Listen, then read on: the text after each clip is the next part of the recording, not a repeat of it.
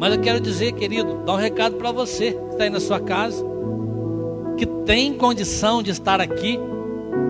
Vou dizer para você, querido, é uma igreja, é essencial, muito essencial.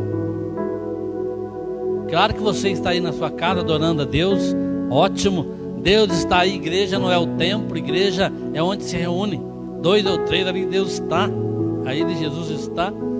Eu quero fazer um desafio para você, meu querido. Você que está aí na sua casa, que pode. Não estou dizendo para você que não tem condição. Aí vamos aguardar. A você que pode.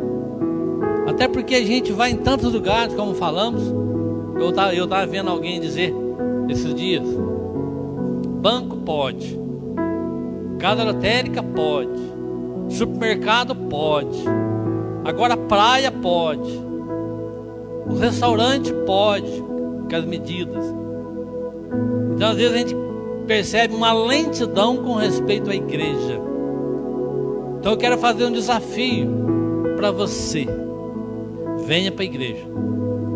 Ainda tem lugares aqui que pode ser ocupado, acompanhando, seguindo as exigências das autoridades do Ministério da Saúde. Ainda tem lugares. Então eu quero aqui fazer um desafio para você. Igreja é essencial. Até porque a gente não sabe quanto tempo vai durar isso. Louvado seja Deus que isso seja extinto logo. Mas alguns países da Europa, nos Estados Unidos, por exemplo, já estão falando da segunda onda. Estão falando aí que alguns países da Europa estão querendo fechar tudo. É o knockdown, né? Então as questões são sérias. Então é tempo de nós orarmos, derramar o nosso coração perante o Senhor, clamar ao Senhor. E se temos condição, venha para a igreja, querido. Vamos estar juntos adorando ao Senhor, porque é bom. Como é bom estar na casa do Senhor. Como é bom adorar ao Senhor. Então eu quero colocar isso para você nesse início de culto, antes de nós lermos a palavra, para que você estivesse pensando. Vem para a igreja, querido. Vem para a igreja. Tem cadeiras, tem álcool em gel, vem com a sua máscara. Vem para a igreja. O culto é rápido, logo você está na sua casa, venha para a igreja. E você que não pertence a essa igreja, podendo, vai para a sua igreja. É importante isso aí. A live é muito importante para aqueles que não podem. Mas a gente não pode ficar só na live, né? Não pode ficar só nela. É uma bênção, é um instrumento que tem atingido muitas pessoas e vamos continuar. Até porque tem pessoas que não podem vir. Mas você que pode, querido, venha para a igreja, venha para a casa do Senhor. Amém? Louvado seja Deus. Quero convidar você a abrir a palavra do Senhor no Salmo 126.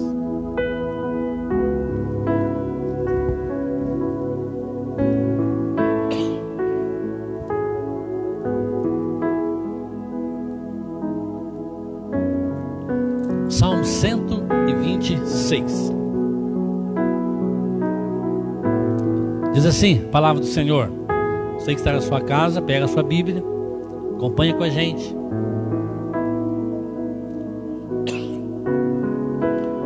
Quando o Senhor restaurou a sorte de Sião, ficamos como quem sonha.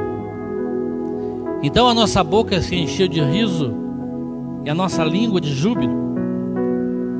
Então entre as nações se dizia: grandes coisas o Senhor tem feito por eles. De fato, grandes coisas o Senhor tem feito por nós. Por isso estamos alegres. Restaura, Senhor, a nossa sorte, como as torrentes do Negueb. Os que com lágrimas semeiam, com júbilo ceifarão. Quem sai andando e chorando, enquanto semeia, voltará com júbilo trazendo seus feixes. Restaura, Senhor, a nossa sorte, como as correntes do Negueb. O nosso Deus é um Deus maravilhoso. Ele é Senhor absoluto. Ele tem poder para restaurar. Ele é restaurador fiel. Você crê nisso, querido? Você que está na sua casa, crê nisso. Você que está nos ouvindo, crê nisso. Deus é restaurador fiel. Toda a última palavra vem de Deus. Ele é aquele que restaura aquilo que não tem solução, aquilo que está perdido, Ele restaura. Salmo 126 é um salmo, é um dos salmos dos degraus que se fala, é um dos cânticos de Sião. Esse salmo, ele foi composto ou relembrando o retorno do cativeiro de Sião. Foi composto ali após o cativeiro babilônico. E nós vemos aqui nesse salmo, quando você olha para esse salmo, o que você entende nesse salmo? Qual é o clima que você compreende quando lê esse salmo? Eu não sei quantas vezes você já leu esse salmo. Eu acredito que você já leu muitas vezes esse salmo. Mas quando eu olho para esse salmo, quando nós vemos esse salmo aqui, quando lemos, é fácil perceber aqui nesse salmo um clima de alegria. Esse salmo tem aqui impregnado nele, explícito nele aqui, um clima de alegria. Um clima de alegria, de alegria por aquilo que Deus fez. Portanto, ele é um cântico de alegria. Um clima de alegria se mostra aqui, apesar da história desse salmo referente aqui, a história pelo qual o salmista se baseou aqui.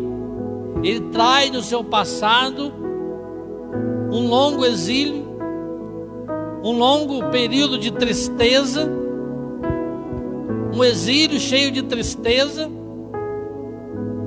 E quando Deus restaurou, quando aconteceu o fim do cativeiro babilônico, Deus restaurou e começou a trazer de volta o seu povo para a sua terra. Lá no Egito, lá na Babilônia, lá havia tristeza. A Bíblia diz que eles penduravam suas harpas e não cantavam, não tocavam mais. As pessoas ali da terra pediam: cante para nós um cântico de Sião. Mas eles não tinham coragem de cantar, porque estavam numa terra estranha. Como cantaremos cântico de Sião numa terra estranha? Como? Tal era a tristeza que estava nos seus corações. Mas Deus, a seu tempo, restaurou Israel do cativeiro. E aqui é uma menção disso. Por isso que, embora aconteceu um contexto de tristeza, aqui agora, após essa tristeza, deu-se espaço uma alegria da restauração do Senhor. Se você olhar aí o verso 1, o que vai dizer? Quando o Senhor restaurou a sorte de Sião, ficamos como quem sonha. Sabe o que quer dizer isso? Sabe quando você está alegre e você fala assim, ó: parece que eu estou sonhando. Parece que eu estou sonhando. É tão bom. Parece que eu estou sonhando. É isso que está dizendo aqui. Quando o Senhor restaurou a sorte de Sião, ficamos como quem sonha. Que coisa boa. Deus restaurou o seu povo. Então havia ali um clima de alegria. O que mostra esse salmo aqui é a alegria da restauração. A alegria da restauração tomou conta do povo de Deus. O louvor ficou exalado nos corações, exalava na vida e nos lábios do povo de Deus. O verso 2: então nossa boca se encheu de riso e a nossa língua de júbilo. Havia júbilo no coração do povo. porque Deus restaurou a sorte de Sião. Deus permitiu o cativeiro babilônico. Na verdade, foi para ensinar o seu povo. Para ensinar o seu povo. O mesmo Deus zeloso, o mesmo Deus justo, o mesmo Deus santo, que permitiu que Israel fosse levado cativo para a Babilônia. O mesmo Deus que fez eles passarem 70 anos. O mesmo Deus que levou Israel para o exílio foi o mesmo Deus que restaurou Israel a seu tempo. É o mesmo Deus. Deus ensinou Israel neste período. Então o mesmo Deus zeloso, santo, que disciplina, que prova, é o Deus amoroso que restaura. Quero dizer para você, meu querido, talvez você está sendo provado por algumas questões. O Deus que te prova é o Deus que te aprova. O Deus que permite a prova na sua vida é o Deus que te aprova. É o mesmo Deus que permite que você passe por alguns momentos de luta, de deserto, é o Deus que te restaura. Creia nisso nesta noite. Talvez a circunstância que está vivendo é uma circunstância difícil. Mas eu quero, em nome de Jesus, desafiar você nesta noite a crer na restauração de Deus. Creia na restauração dele, porque ele é Deus, ele é tremendo. Muitas vezes a circunstância, muitas vezes a crise bate à nossa porta. E muitas vezes, quando a crise vem, quando a prova vem, pelas nossas próprias fraquezas, muitas vezes, a gente passamos a andar em verdadeiros desertos. E aquele que caminha no deserto, não tem facilidade. Eu nunca caminhei no deserto. Por aquilo que a gente lê, eu imagino que não deve ser fácil.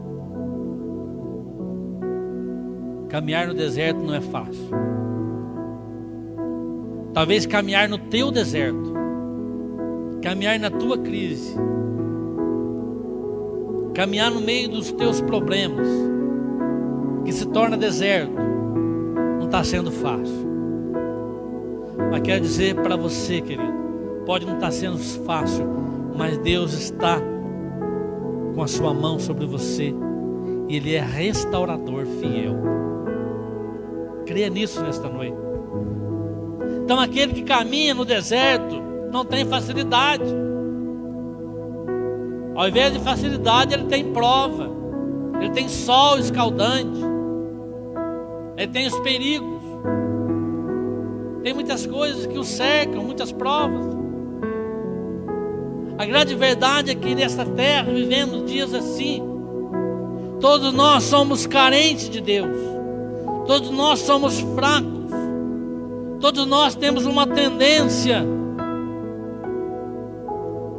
em nos deixar levar pelas crises da vida, porque nós somos fraquinhos mesmo. Mas o Senhor é a nossa força, Ele é a nossa fortaleza, Ele é o nosso socorro bem presente na hora da angústia. Você crê nisso, querido? Então recebe esta palavra nesta noite. Deus é teu restaurador fiel. Ele é teu auxílio bem presente, teu socorro bem presente no meio da angústia, no meio da prova que você está vivendo.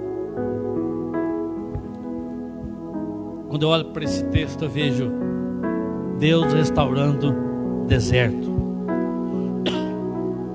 Realmente a nossa tendência é de sermos levados pela crise.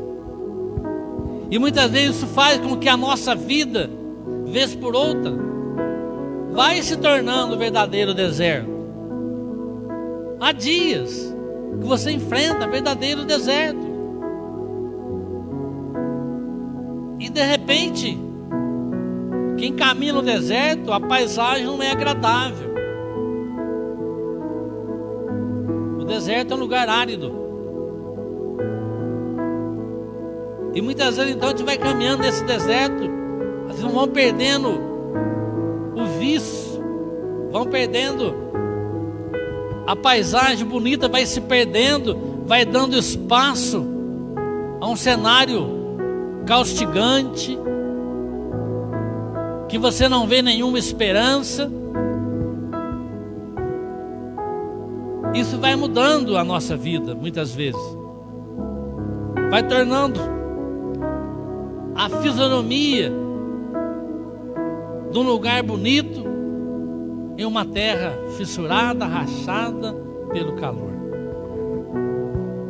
E às vezes, através da luta que você passa, que nós passamos, muitas vezes, o nosso dia a dia, o terreno do nosso existir, nada se compara, né? Talvez ao jardim florido que era tempos atrás. Mas hoje você está enfrentando talvez um deserto, um lugar difícil de caminhar. E quando eu olho para esse texto aqui, eu vejo que o salmista, ele relembra da restauração do Senhor. E depois ele ora. Ele fala, ele menciona aqui o cativeiro, a alegria que tomou o espaço da tristeza do cativeiro. E depois ele vai dizer de novo. Depois ele para de falar do passado, daquilo que Deus fez. Até o verso 3 ele fala daquilo que aconteceu. Está no passado. Quando o Senhor restaurou, ficamos como quem sonha. A nossa boca se encheu de riso, nossa língua de júbilo. Então entre as nações se dizia, grandes coisas fez o Senhor por eles. Depois ele começa a falar do presente. De fato, é verdade, Senhor. O Senhor fez grandes coisas. De fato, grandes coisas fez o Senhor por nós. Por isso estamos alegres. Olha o verso 4. Restaura, Senhor, a nossa sorte. Aí ele começa a fazer um pedido. O salmista aqui, ele mostra que ele precisava também de uma restauração. Ele precisava de um mover de Deus na sua vida. É isso que nós podemos ver aqui. Ele precisa de uma restauração. Eu creio que todos nós precisamos de uma restauração. Então o salmista aqui ele se lembra que assim como Deus restaurou a liberdade da sorte de Sião, Deus faria isso outra vez com a sua vida. Por isso que no verso 4 ele expressa um desejo de ser restaurado. Restaura, Senhor, a nossa sorte como as correntes do Negueb. O Negueb é a parte sul de Israel. É um território grande que vai até o deserto do Sinai. E para os viajantes daquele lugar seco, era uma viagem difícil. E a maior alegria dos viajantes era quando eles chegavam, quando eles encontravam ali as torrentes do Negueb, onde eles renovavam suas forças. Então eles tinham uma grande alegria quando chegavam ali. O deserto do Negueb se tornava, naquele momento, um retrato. Ele lembrava do deserto do Negueb, e ele se tornava um retrato do seu interior. Caminhar naquele deserto, caminhar naquele deserto era caminhar por uma dificuldade, no meio de uma dificuldade. E então Deus, ele vinha com providência diante dele. É isso que o salmista está falando aqui. E Deus vinha com providência lá para aqueles viajantes, quando o deserto do Negueb criava-se ali um manancial. O que fazer quando a nossa vida se torna um deserto? Quando tudo em nossa vida está como árido, desolado, um lugar deserto. É interessante que o nosso Deus, Ele nunca se atrasa. Deus nunca se atrasa. Deus tem um momento certo de agir em nós. O salmista aqui, ele descobre algumas verdades da graça de Deus que estavam esquecidas muitas vezes. E porém, ele restaura o deserto que ele vivia. O salmista, ele entendia isto, que Deus restaurou o deserto muitas vezes, quando as águas que vinham de cima invadiam aquele lugar seco, ali se tornava um lugar de refrigério. O que ele está dizendo aqui é que Deus era tremendo e que a graça, o manancial da graça de Deus poderia invadir a sua vida e restaurar a sua vida, ainda que ele estivesse andando em meio de um deserto. O que o salmista está mostrando aqui é que o que Deus fez no passado é o que Ele pode fazer no presente. Você crê nisso, querido? O que Deus fez no passado é o que Deus pode fazer no presente também. Ele tem poder para isso. Isso significa que as bênçãos do passado, podemos dizer que são medidas de bênção para o nosso presente, porque é o mesmo Deus. Ele é o mesmo ontem, hoje e será para sempre. Deus vai agir diferente na sua vida do que agiu na vida do teu irmão. Talvez Deus age diferente nas nossas vidas do que agiu lá, mas Ele tem poder para fazer infinitamente mais. Porque é assim que nós vivemos. O verso 1 e 3 apresenta aqui algumas coisas interessantes aqui. Ele olhava para o passado e ao mesmo tempo colocava a sua vida e entendia que Deus poderia agir na sua vida, restaurar o seu presente. Todo deserto, quando é invadido pela graça de Deus, se torna um manancial, como as torrentes do Negueb. É o que diz aí o verso 4. O deserto do Negueb, vez por outra, era invadido pelas águas que desciam dos montes do sul da Palestina e se tornava-se um lindo manancial cheio de vida, um lindo lugar florido. O salmista, ele encontra no Negueb um paralelo com a sua vida.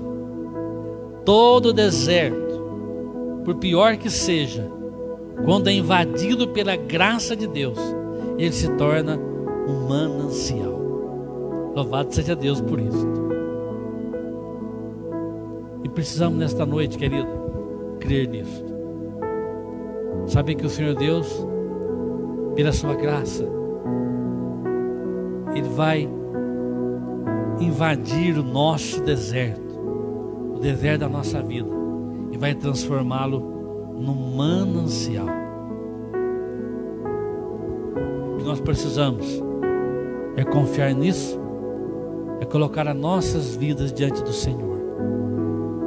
Eu não sei como que está o seu coração,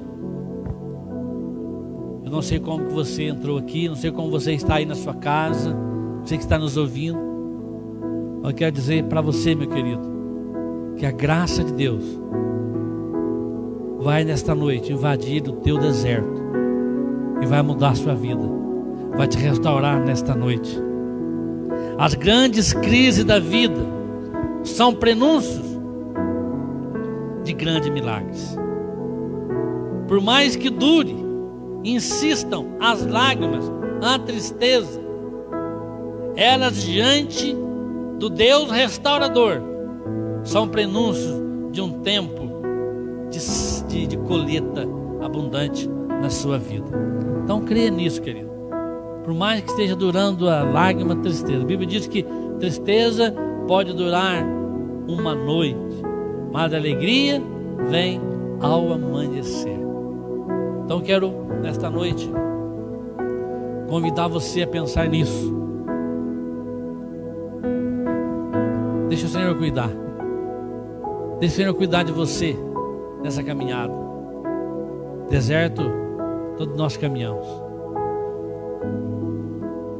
Mas vamos orar ao Senhor, colocar nossa vida diante de Deus, para que a sua graça possa invadir o deserto da nossa vida nesta noite. Que você possa nessa noite orar como salmista: restaura, Senhor, o meu deserto. Restaura, Senhor, o meu Negueb. Restaura, Senhor, o deserto da minha vida, com o manancial da tua graça na minha vida. Peça isso para o Senhor nesta noite, e Deus vai entrar com providência na sua vida. Creia no Senhor, esse Deus maravilhoso, esse Deus que restaura. Às vezes nossa vida cristã era cheia de provas e nós derramamos lágrimas muitas vezes por causa das provas que passamos, por causa do aperto que você passa. Mas quero dizer para você: não perca o teu foco, não perca a tua fé no Senhor Jesus. Continue seguindo em frente, continue semeando. Eu penso que a nossa vida, no meio às provas, em meio ao deserto, a nossa vida é uma vida de semeadura. Nós semeamos o tempo todo, ainda que com lágrimas. Quem sai andando, chorando enquanto semeia, voltará com júbilo, trazendo os seus feixes. A alegria da colheita não se compara à dor da lágrima enquanto você semeia. Pode ter certeza disso. Então confia no Senhor. Permita que a graça de Deus possa invadir o teu coração nesta noite. Que a graça de Deus possa invadir a tua casa nesta noite. Onde quer que você esteja, meu querido, que a graça de Deus, que o manancial da graça de Deus possa encher o teu coração nesta noite e transformar o teu deserto num jardim florido para a glória do Senhor Jesus.